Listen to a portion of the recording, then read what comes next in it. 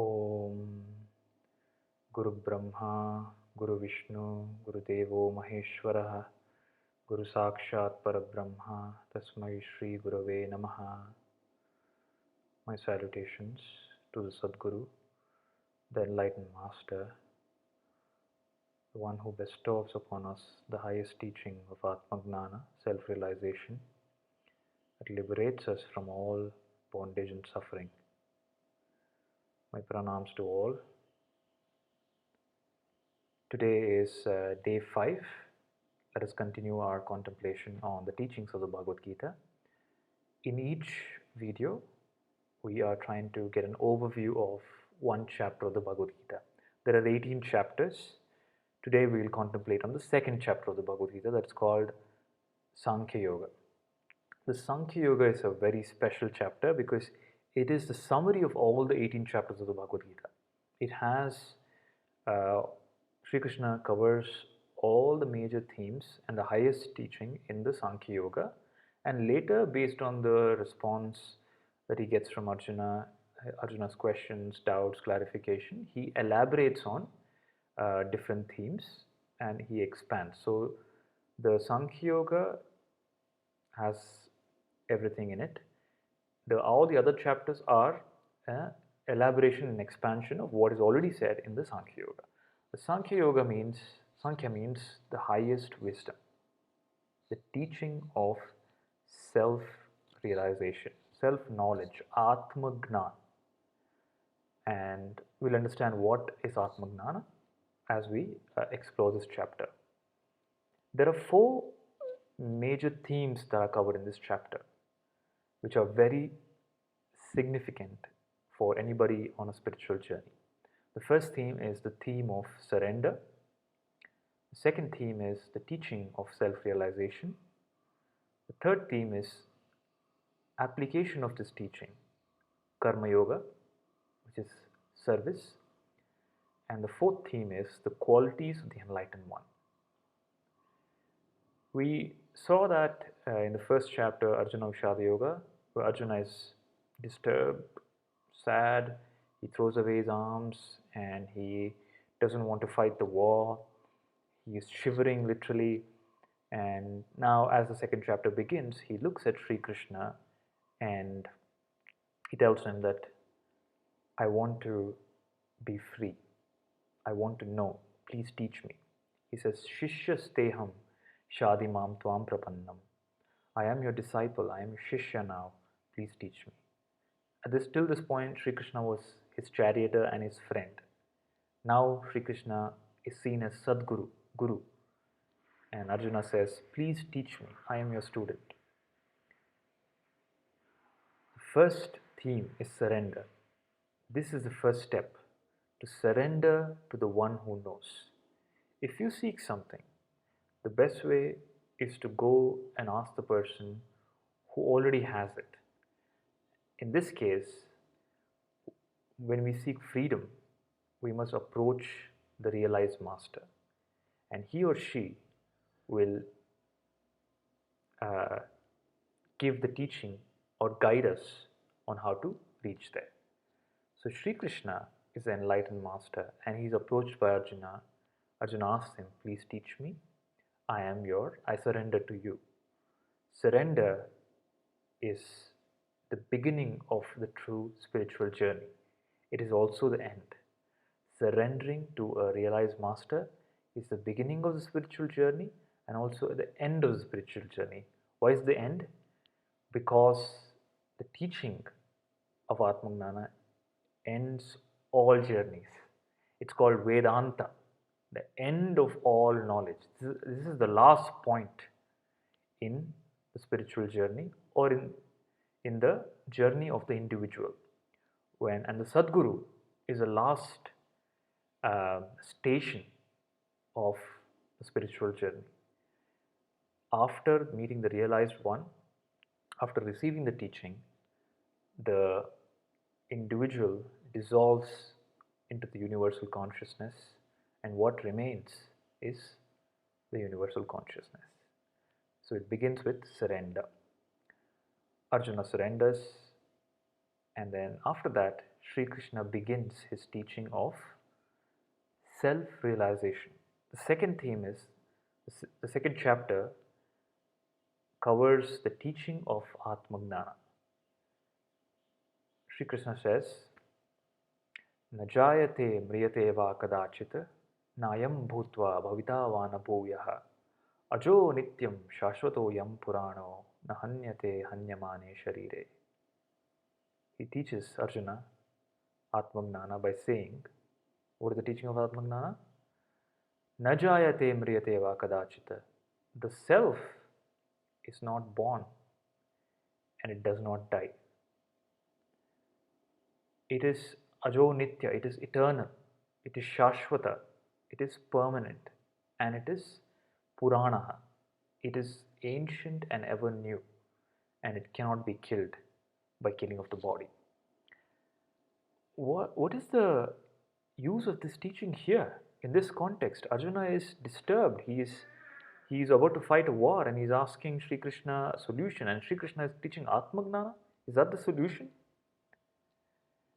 The disturbance, the depression, the sadness, the fear, the anxiety, the problems of life, which seem like the main problem, are only symptoms.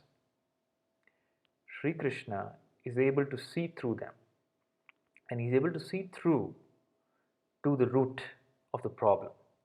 The root cause of all the problems in our life is the lack of the knowledge of our true self, is the disconnection with the source. That causes all the problems, is going off tune with the universal principles and the universal reality and the supreme reality. This is what eventually leads to various problems. To give you an example with a story, there was a guy called Mullah Nasruddin.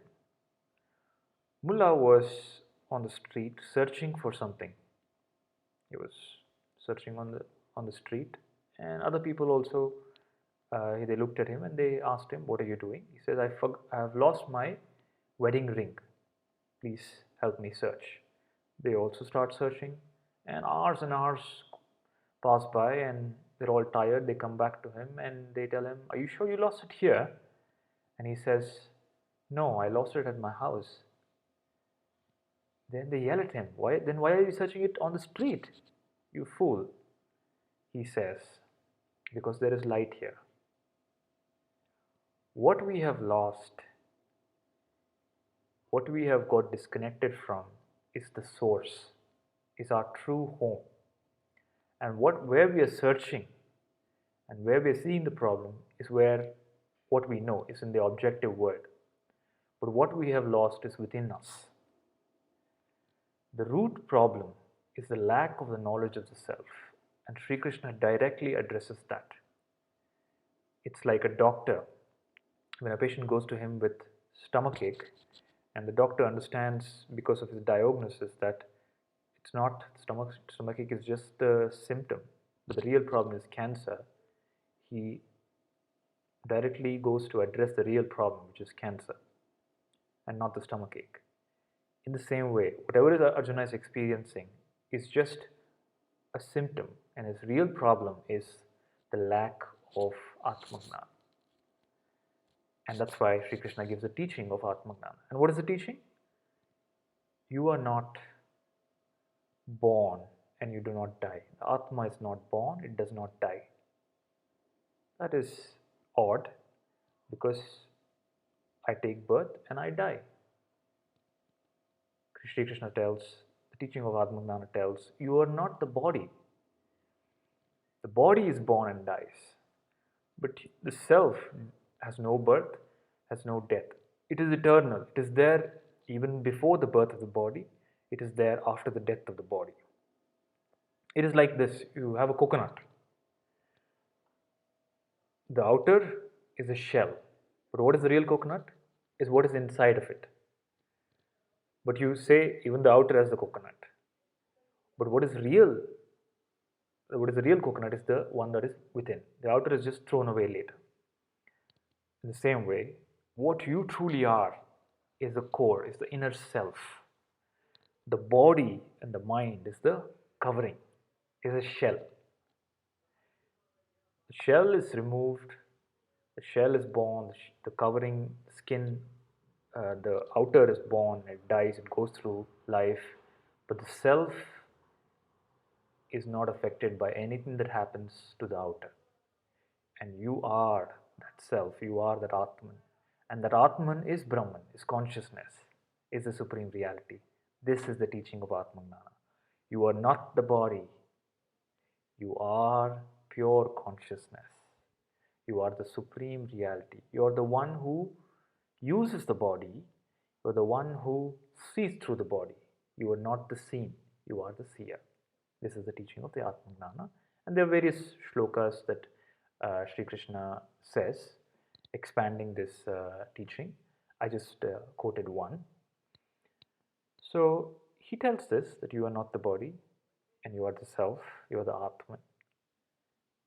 Okay, I understood it, but I have not realized myself. I understand that I am not the body, but what am I? How do I realize it? Then Sri Krishna gives the prescription of Karma Yoga. So you have you have heard the truth, but you have not understood it or realized it. You have understood it, but you have not realized it. And you say, what do I do now? You still have to operate in the world. So Sri Krishna prescribes Karma Yoga. You operate in the world with the attitude of Karma Yoga, selfless service. He mentions, Karmanyevadhikaraste ma phaleshu kadachana and yogastha kuru karmani. Karmanyevadhikaraste. You have the right to act and only the right to act and the responsibility to act. You have to perform your duties and your work with the attitude of detachment to the result. Be completely free from the attachment to the result. Have the expectation of the result, like you're studying for an examination or you're applying for a job. Have the expectation that this should happen and do your best, but no attachment to the result that comes. Ma phaleshu kadachana. The result comes from the universe, and accept the result as it comes. This detachment from the result of action brings immense peace and tranquility. Having an expectation of the result is for your growth, is a focused direction. But the attachment is disturbance. So Sri Krishna says, drop the attachment to the result of the action, perform your action as Karma Yoga with a sense of service to the whole. And you are also part of that whole. Whatever best you do it for the upliftment of yourself and the ones around you. And Karma Yoga is further expanded in the next chapter. The next chapter is called the Karma Yoga, where the principle of Karma Yoga is completely expanded. This is just a gist of the Karma Yoga that Sri Krishna mentions in the second chapter. So surrender to the enlightened one, to the enlightened teaching. From that, Atma Jnana, self-realization, Karma Yoga, and then Sri Krishna goes on to explain the fourth theme, which is qualities of the enlightened one. How is enlightened living? How does an enlightened one live? He says, Dukheshu anudvignamanaha, sukheshu vigataspraha, vitaraga bhayakroda, stitadir muniruchyate. The enlightened one is unaffected by the turbulences and turmoils and changes in life. Dukheshu, sadness, sukheshu, joy, doesn't change his inner state of being. There's no internal movement, there is stillness. And such a state, he says, is called as Stita Prajna, to be established in Prajna. Prajna is awareness. To be established in the self is Stita Prajna. Let me tell you a story to explain this better. There was a man in a village a long time ago. He had a few horses. One day, one of the horse runs away into the wild, and all the friends and relatives gather, and they're very sad, and they say, "Oh my God, you've lost your horse." such a misfortune. Why did this happen to you? Blah, blah, blah. And the man says, it's okay, we'll see. The next day, the same horse comes back with a few wild horses. Again, everybody gathers and they say, wow, this is the best thing that could happen to you. Such a great fortune. And we are envious of you. He says, it's okay, we'll see. The third day, his son is playing on the horse, on the wild horse, and he falls down and breaks his leg. Again, everybody gather. They say, such a misfortune. This shouldn't have happened to you. Why is this happening to you? He says, it's okay, we'll see. And on the fourth day, a war is declared and the army comes to each house to take able young men to fight in the war. They come to this house and they see that this young boy's leg is broken and they leave him be and they go to the next house. Again, everybody gathers. They say, wow, such a great fortune. Your son was not taken to war. He says, it's okay, we'll see. This is the state of the enlightened one. Just a sheer witness to all that is happening without being attached to what is happening. Just allow it to pass and everything will pass. This is what is called as witness consciousness. Sthita pragnatva. Just ability to stay in the bliss of the self without craving for anything from the outside. You have found the fountain of bliss within you. And everything on the outside is like a movie that is going on, and you just watch all parts of it. Not getting depressed and sad when there's a sad scene going on, nor getting too elated when there's something joyful happening. Staying without fear, without any disturbance, just as a witness. This is the state of the enlightened one. This is enlightened living. This is what is the Buddhahood. This is what is Zen. This is what is peace, supreme peace. The peace of the self, Param Shanti. And towards the end of the chapter, Sri Krishna describes what is the enlightened life like. This is also one of my favorite shlokas.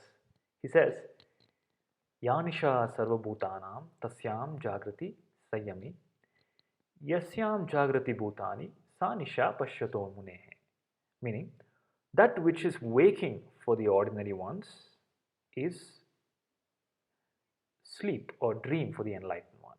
That which is waking for the enlightened one is dream for the ordinary one. Such a odd statement. What is this? What is the waking for us, which is sleep for the enlightened? And what is the waking for the enlightened, that is sleep for us? The enlightened one lives in a realization of Brahma Satya Jagan Mithya. The self, Atman, Brahman, consciousness alone is true. Everything else is a dream.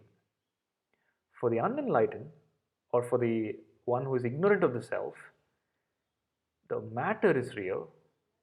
I am the body is real. I am the mind is real. But the self or God or consciousness is imaginary, unknown. It's just a belief. We don't know.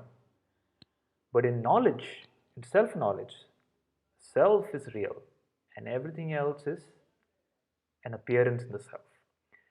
I'll use the same example which we have looked at in the past few sessions, which is wave, ocean and water. For a wave, for the individual, the wave is real and they think they are the wave and everything else is the wave, and there is an ocean which is big and water is unknown. But for the wave that realizes the water, water alone becomes reality. Like how there are different ornaments that are made up of gold. There's a earring, there's a finger ring, there's a necklace, bangle, various ornaments made of gold. But they're all, the underlying reality is gold. When you recognize the gold, no matter when you change, even when you look at the ring or the necklace or the bangle, you see gold. In the same way, once somebody realizes the self, they see the underlying reality of everything, which is the self. They no longer see duality. It's a non dual experience of life. It's the experience of water. The wave starts seeing everything as water.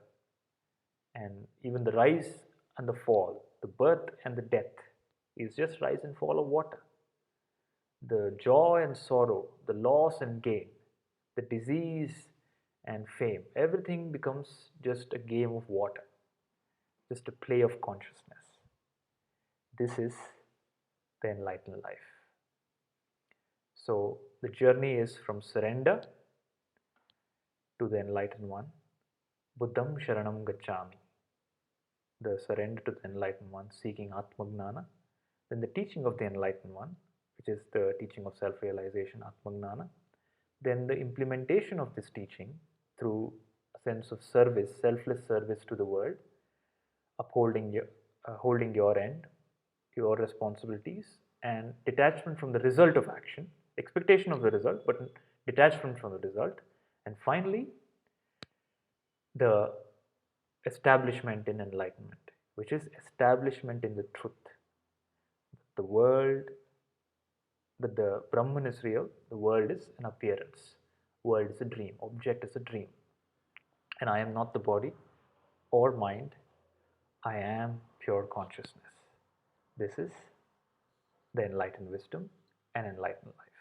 So the Sankhya Yoga outlines the entire spiritual journey and to put an end to it. Um, surrender to enlightenment is the message of second chapter. Loka samasta sukino bhavantu. Loka samasta sukino bhavantu. Loka samasta sukino bhavantu. Harihi Om Shri Gurubhyo Namaha. Harihi Om